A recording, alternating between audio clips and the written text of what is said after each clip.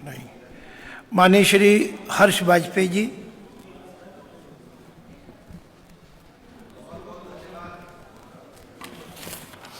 श्री अधिष्ठाता महोदय, सबसे पहले मेरे लिए बड़े सौभाग्य की बात है कि आज 8 फरवरी के दिन मुझे मौका मिला है बजट पर बोलने को।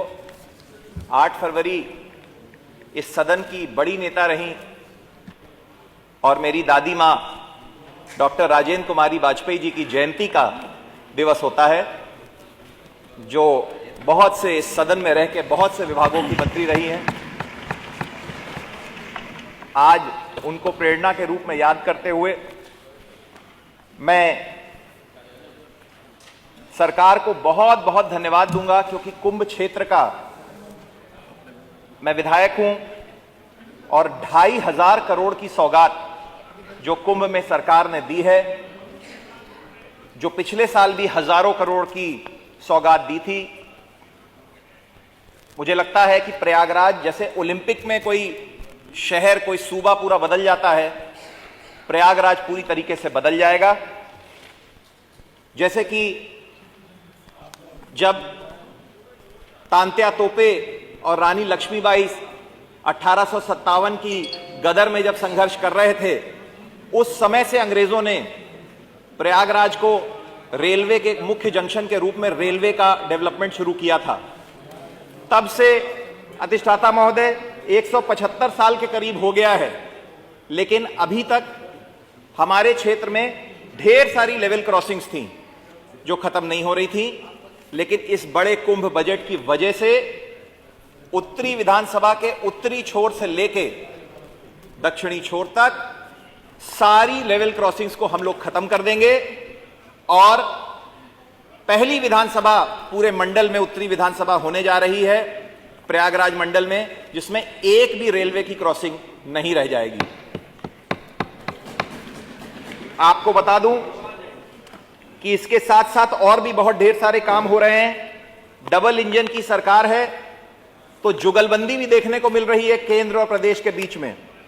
जैसे कि एयरपोर्ट का एक नए टर्मिनल का विकास केंद्र सरकार और एविएशन मिनिस्ट्री करा रही है, गवर्नमेंट ऑफ इंडिया, और उसका संपर्क मार्ग और उसके लिए एक डेडिकेटेड फ्लाईओवर देने का काम प्रदेश सरकार कर रही है।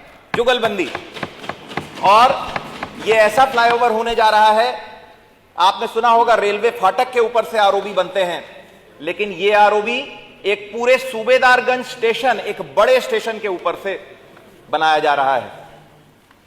अधिष्ठाता महोदय, इसके अलावा एनी बेसेंट में केंद्र सरकार ने अगर अंडरपास दिया, तो बगल में आईआरटी पे प्रदेश सरकार ने ओवरपास दिया। इस तरीके हम लोग एक एक करके सारी रेलवे क्रॉसिंग्स को दूर कर रहे हैं। आपको बता दूं, कहते थे इरिगेशन डिपार्टमेंट के लोग कहते थे कि प्रयागराज में गंगा जी पे घाट नहीं बनाए जा सकते, केवल जमुना जी पे घाट बनाए जा सकते हैं, क्योंकि गंगा जी डायरेक्शन बदलती है। लेकिन हम लोगों ने तर्क के साथ संघर्ष किया और मुझे खुशी है कि फर्स्ट टाइम गंगा जी पे घाट बनाए जा रहे हैं। जैसे कि दशाश्वमेध घाट, जो प्रमुख घाट है प्रयागराज का, जिससे कांवड़ यात्रा में लोग जल लेते हैं। जैसे कि रसूलाबाद घाट, जिसका विस्तारीकरण हो रहा है। और मेरा बड़ा प्रिय छुआरा हनुमान मंदिर में बजरंग बली का भक्त हूं। छुआरा हनुमान मंदिर जो एक मुख्य मंदिर है तिलियरगंज जोंधवल क्षेत्र का, वहां पे एक नया घाट बनाया जा रहा है। कोस्टल रोड का नाम आप लोगों ने सुना होगा, बंबई में है ना। ट्रांस हार्बर ब्रिज का नाम सुना होगा, वो भी बंबई में है। लेकिन आपको जान के खुशी होगी कि केवल मुंबई में ही नहीं, आपके प्रयागराज में भी कोस्टल रोड बन रही है कुंभ में, जिसको हम लोग पूरे शहर को किनारे में, नदी के किनारे कवर करते हुए शहर में एक नई रोड बना रहे हैं, जो तेलियरगंज, सलोरी, छोटा बघाड़ा होते हुए कुंभ क्षेत्र में जाएगी। और जैसे कि ट्रांस हार्बर ब्रिज भारत के एक बड़े ब्रिजों में से एक है, वैसे ही 6 लेन का पुल लखनऊ मार्ग को ममफोर्डगंज क्षेत्र से कनेक्ट करने के लिए एनएचएआई बनाने का काम कर रही है। आपको बता, अधिष्ठाता महोदय, मैं उस कॉन्स्टिट्यूएंसी का प्रतिनिधित्व करता हूं जिस कॉन्स्टिट्यूएंसी में पूरे प्रदेश में सबसे ज्यादा अधिवक्ता और जज रहते हैं, क्योंकि वो हाई कोर्ट का मुख्य क्षेत्र है, देश के सबसे बड़े हाई कोर्ट का मुख्य क्षेत्र है।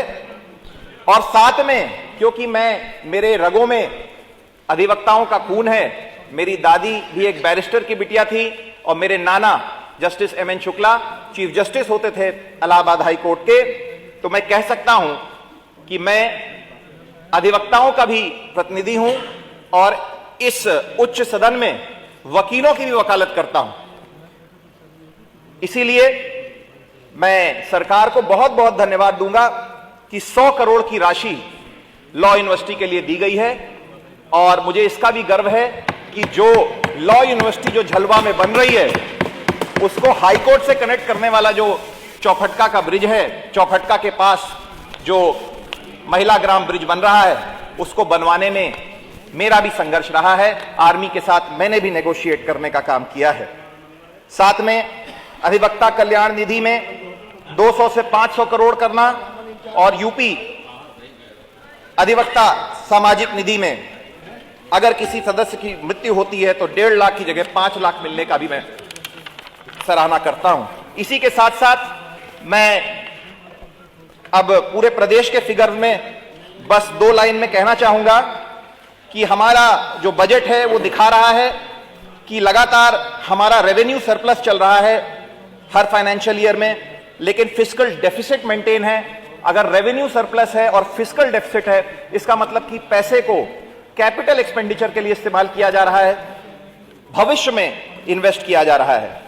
और जो पिछले साल हम लोगों ने 1,86,000 करोड़ का कैपिटल आउटले किया था हमारे एक्सपेंडिचर में, जो 60% का इजाफा था, इतने हाई बेस पे होने के बावजूद भी हम लोग इस बार भी 6% ज्यादा 1,54,000 करोड़ का एक्सपेंडिचर करने जा रहे हैं। इसी के साथ साथ हम लोगों ने कर्जा भी प्रदेश का लगातार कम किया है।